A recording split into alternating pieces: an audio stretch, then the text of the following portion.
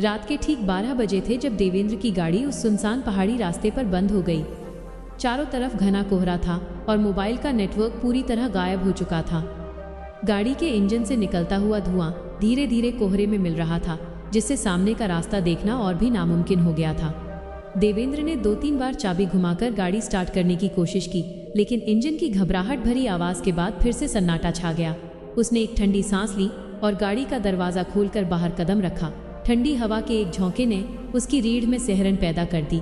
वो अपनी जेब से टॉर्च निकालकर चारों तरफ रोशनी फेंकने लगा।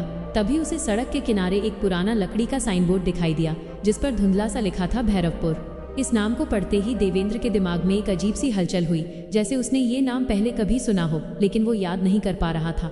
रास्ता पूरी तरह वीरान था और पीछे लौटने का कोई साधन नहीं था, इसलिए उसने अपनी टॉर्च की मध्यम रोशनी के सहारे आगे बढ़ने का फैसला किया।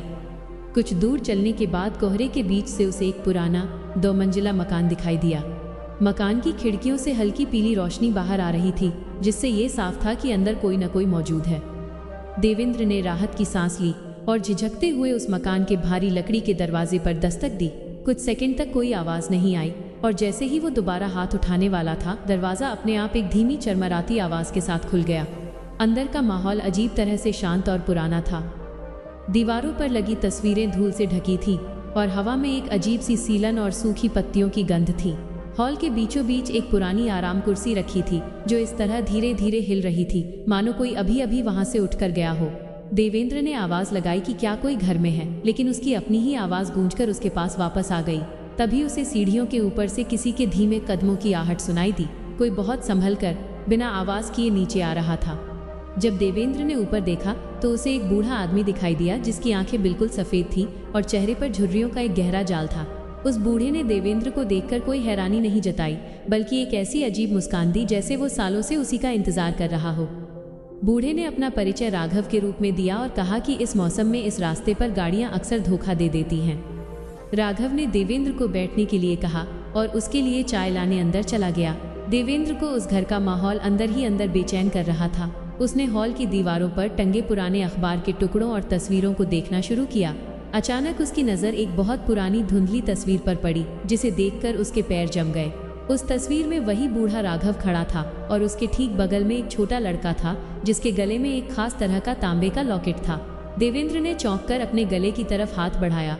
उसकी शर्ट के अंदर बिल्कुल वैसा ही तांबे का लॉकेट मौजूद था जो उसे बचपन में उसकी माँ ने दिया था।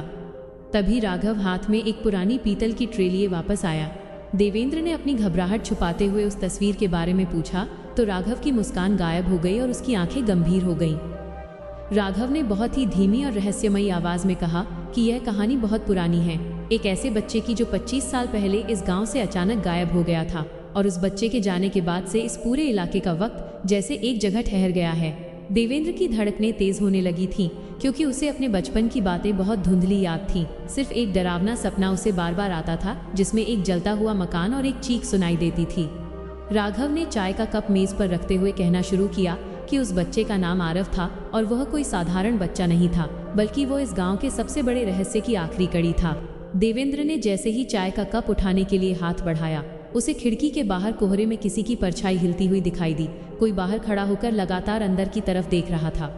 जब देवेंद्र ने राघव का ध्यान उस खिड़की की तरफ खींचना चाहा, तो राघव ने बिना मुड़े कहा कि बाहर देखने की गलती मत करना, क्योंकि जो बाहर है वो तुम्हें अंदर खींचने का बहाना ढूंढ रहा है।